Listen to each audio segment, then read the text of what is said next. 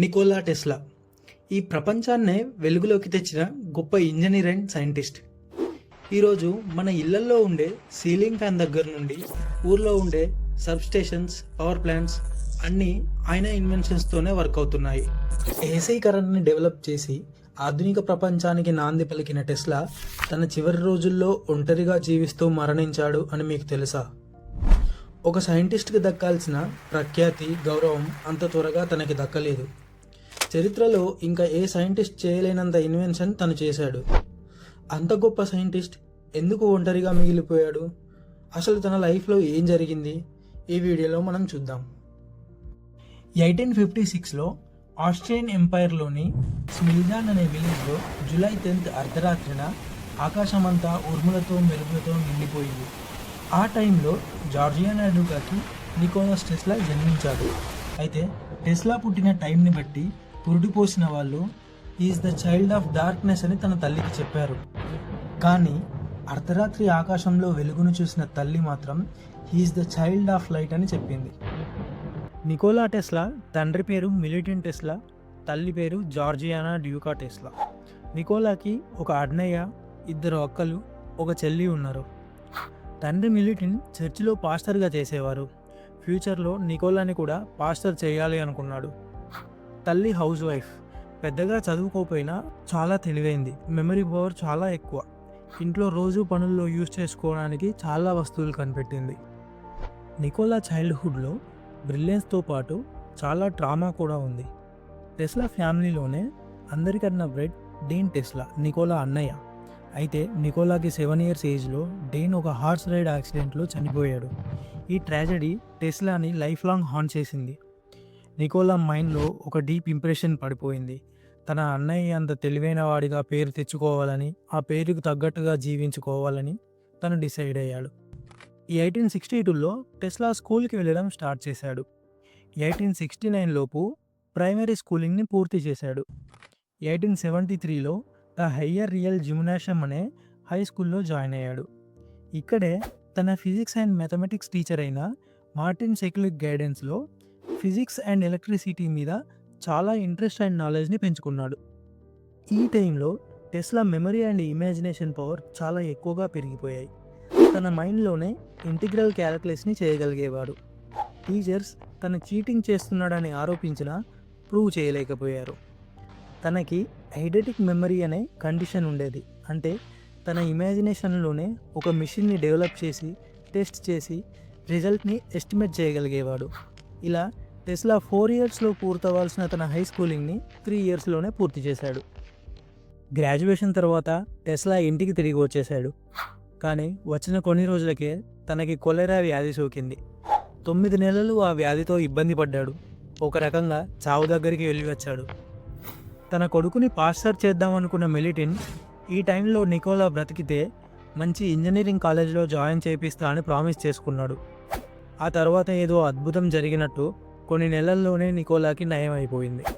1875లో imperial royal technical కాలేజ్లో join అయ్యాడు. First ఇయర్లో ఒక్క క్లాస్ కూడా మిస్ అవ్వకుండా అటెండ్ అయ్యి ఫస్ట్ ర్యాంక్ని తెచ్చుకున్నాడు. తర్వాత సెకండ్ ఇయర్లో ప్రొఫెసర్ జాకోబ్ గ్రామే డైనమోని క్లాస్లో చూపెట్టాడు. డైనమో రన్ అవుతున్న టైంలో బ్రషెస్ నుండి ఎక్కువగా స్పార్క్స్ రావడం గమనించిన టెస్లా నేరుగా ఈ బ్రషెస్ లేకుండానే మిషన్ని ఆపరేట్ చేయొచ్చు అని స్టేట్మెంట్ చేశాడు. అది విన్న ప్రొఫెసర్, మిస్టర్ టెస్లా జీవితంలో ఎన్నైనా సాధించవచ్చు కానీ ఇది మాత్రం చేయలేడు అని హేళన చేశాడు. అలా టెస్లా మైండ్లో ఏసీ మోటార్ పజిల్ బలంగా నాటుకుపోయింది. సెకండ్ ఇయర్లో టెస్లాకి జూదం ఆడటం అలవాటయ్యింది. మెల్లిగా జూదానికి బానిస అయ్యి థర్డ్ ఇయర్లో సబ్జెక్ట్స్ని క్లియర్ చేయలేకపోయాడు. ఫస్ట్ ఇయర్లో క్లాస్ ఫస్ట్గా వచ్చిన టెస్లా థర్డ్ ఇయర్ వచ్చేసరికి ఫెయిల్ అయిపోయాడు. అలా తనని కాలేజ్ నుండి తీసేశారు. గ్రాడ్యుయేషన్ పూర్తి చేయలేకపోవడంతో గ్రజ్ నుండి స్లోవేనియాకి మూవ్ అయ్యాడు. అక్కడ పనిలో చేరాడు. కానీ తనకి ప్రాపర్ రెసిడెన్స్ సర్టిఫికేట్ లేదని పోలీసులు తనని ఇంటికి తిరిగి పంపించారు. అదే సంవత్సరంలో తన తండ్రి మరణించాడు. ఆ తర్వాత తను మళ్ళీ ఎడ్యుకేషన్ని కంటిన్యూ చేయడానికి ట్రై చేశాడు కానీ కుదరలేదు. తరువాత 1881లో బుడాపెస్ట్లోని సెంట్రల్ టెలిఫోన్ ఆఫీస్లో చీఫ్ ఎలక్ట్రీషియన్గా జాబ్ తెచ్చుకున్నాడు. అక్కడే టెస్లా తన మొదటి ఇన్వెన్షన్ని చేశాడు. అది ఒక వాయిస్ యాంప్లిఫికేషన్ డివైస్. టెలిఫోన్ ద్వారా వచ్చే వాయిస్ని ఎక్కువగా వినపడేలా చేస్తుంది. తరువాత 1882లో బుడాపెస్ట్ పార్కులో ఈవినింగ్ టైంలో తన ఫ్రెండ్తో కలిసి వెళ్తుండగా సడన్గా తన మైండ్లో ఆర్ఎంఎఫ్ని ప్రాక్టికల్గా ఎగ్జిక్యూట్ చేసే సొల్యూషన్ క్లిక్ అయింది. తను వెంటనే చిన్న కర్రతో భూమిపైన డయాగ్రామ్ వేసి ఎలా రన్ అవుతుందో తన ఫ్రెండ్కి ఎక్స్ప్లెయిన్ చేశాడు. అదే ఏసీ ఇండక్షన్ మోటార్ ఇన్వెన్షన్. ఇది టెస్లా జీవితంలో అతి ముఖ్యమైన ఇన్వెన్షన్. ఫ్యూచర్లో మనుషుల జీవితాలనే మార్చేసింది. సైన్స్ అండ్ ఇంజనీరింగ్ హిస్టరీలో ఒక లెజెండరీ ఇన్వెన్షన్గా మిగిలిపోయింది. అదే సంవత్సరంలో కాంటినెంటల్ ఎడిసన్ కంపెనీలో వర్క్ చేయడానికి ప్యారిస్ వెళ్ళాడు. 1883లో కంపెనీ తరపున ఫ్రాన్స్లోని జర్మన్ రైల్వే కంపెనీలో డీసీ లైటింగ్ సిస్టమ్ని రిపేర్ చేయడానికి వెళ్ళాడు. అయితే అక్కడే టెస్లా మొట్టమొదటిసారిగా ఒక ఏసీ ఇండక్షన్ మోటార్ని ప్రాక్టికల్గా డెవలప్ చేసి సక్సెస్ఫుల్గా రన్ చేయగలిగాడు. 1884లో చార్లెస్ బ్యాస్లర్ దగ్గర నుండి ఎడిసన్ మిషన్ వర్క్స్లో జాబ్ ఆఫర్ వచ్చింది. ఆ జాబ్ ఆఫర్ని యాక్సెప్ట్ చేసి జోబులో $4 చేతిలో చార్లెస్ ఇచ్చిన లెటర్తో అమెరికాలోని న్యూయార్క్లోని ఎడిసన్ దగ్గరికి వెళ్ళాడు. ఆ లెటర్లో Charles, my dear Edison, I know 2 great men, you are one of them and the other is this young man అని టెస్లాని ఎడిసన్తో కంపేర్ చేస్తూ పొగిడాడు. అలా ఎడిసన్ దగ్గర టెస్లా నెలకి $100 జీతంతో పనిలోకి చేరాడు. టెస్లా వర్క్కి, స్కిల్స్కి ఎడిసన్ చాలా ఇంప్రెస్ అయ్యి తన డీసీ జనరేటర్ని డెవలప్ చేస్తే $50,000 ఇస్తానని ప్రామిస్ చేశాడు. దాంతో టెస్లా డీసీ జనరేటర్ పైన ఎక్కువగా వర్క్ చేసి చాలా ఇంప్రూవ్మెంట్స్ చేశాడు.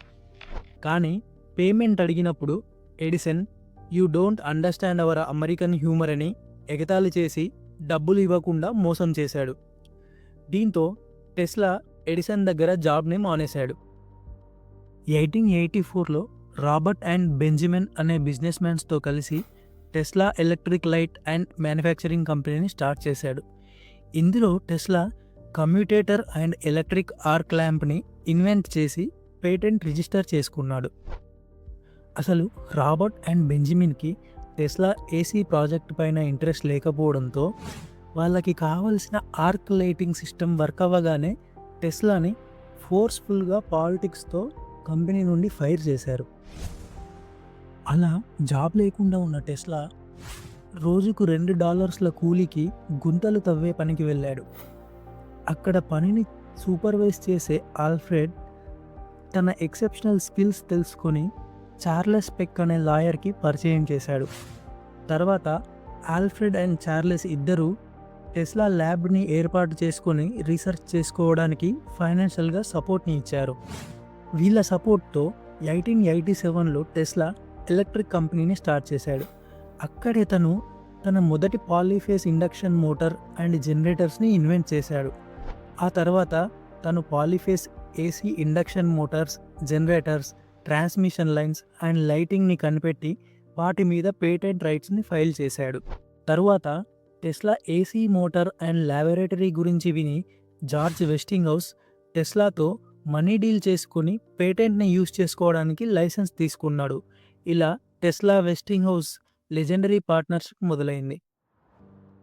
ఇలా టెస్లా వెస్టింగ్హౌస్ పార్ట్నర్షిప్ ఒక పెద్ద అన్హెల్దీ కాంపిటీషన్కి దారితీసింది.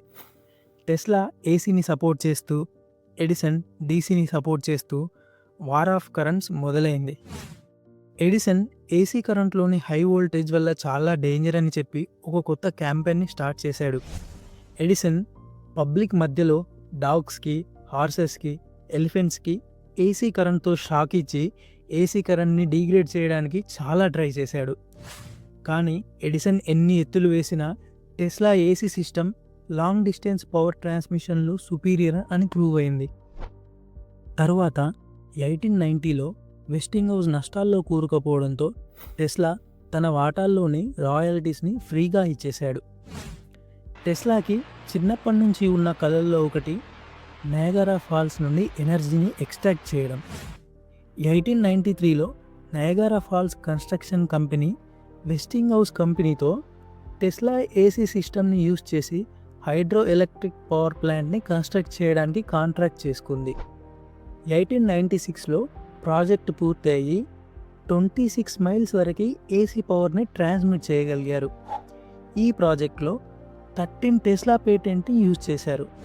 దీని తర్వాత వార్ ఆఫ్ కరెన్స్లో టెస్లానే అఫీషియల్గా విన్ అయ్యారని మనం చెప్పుకోవచ్చు.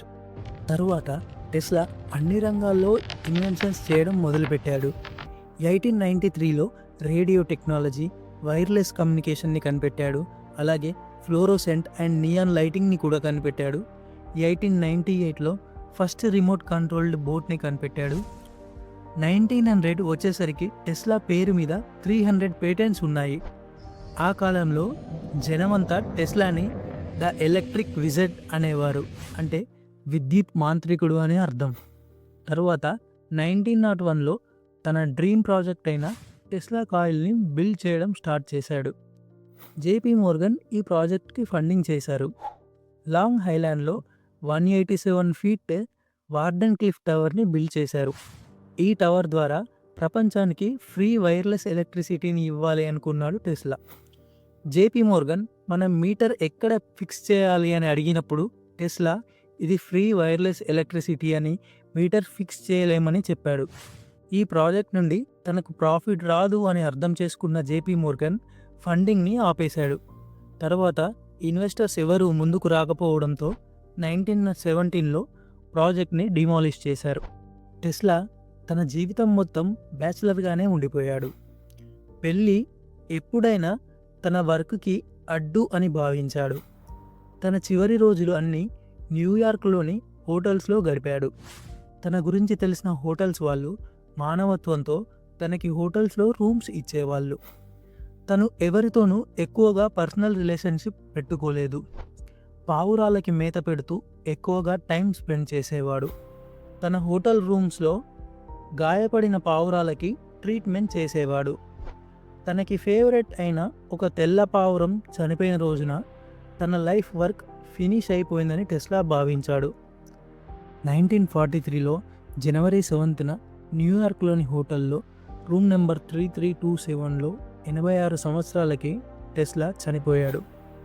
ఇంత గొప్ప ఇన్వెన్షన్స్ చేసి ఒక రకంగా మనిషి జీవన విధానాన్నే మార్చిన టెస్లాకి రావాల్సిన గుర్తింపు రాలేదు.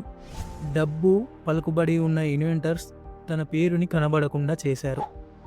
బట్ 1960లో టెస్లా మీద గౌరవంతో మ్యాగ్నెటిక్ ఫీల్డ్ స్ట్రెంత్ యూనిట్కి టెస్లా అని పేరు పెట్టారు. ఆ తర్వాత ఎలాన్ మస్క్ తన ఎలక్ట్రిక్ కార్ కంపెనీకి టెస్లా అని పేరు పెట్టారు. ఇక్కడితో టెస్లా కథ పూర్తయింది. ఈ వీడియో ఇక్కడి వరకు చూసినట్టయితే చాలా థ్యాంక్స్ అండి. ఛానల్ని సబ్స్క్రైబ్ చేసుకొని వీడియో లైక్ చేసి షేర్ చేయండి. నెక్స్ట్ వీడియోలో మీ ముందుంటాను. Thank you for watching. Bye bye.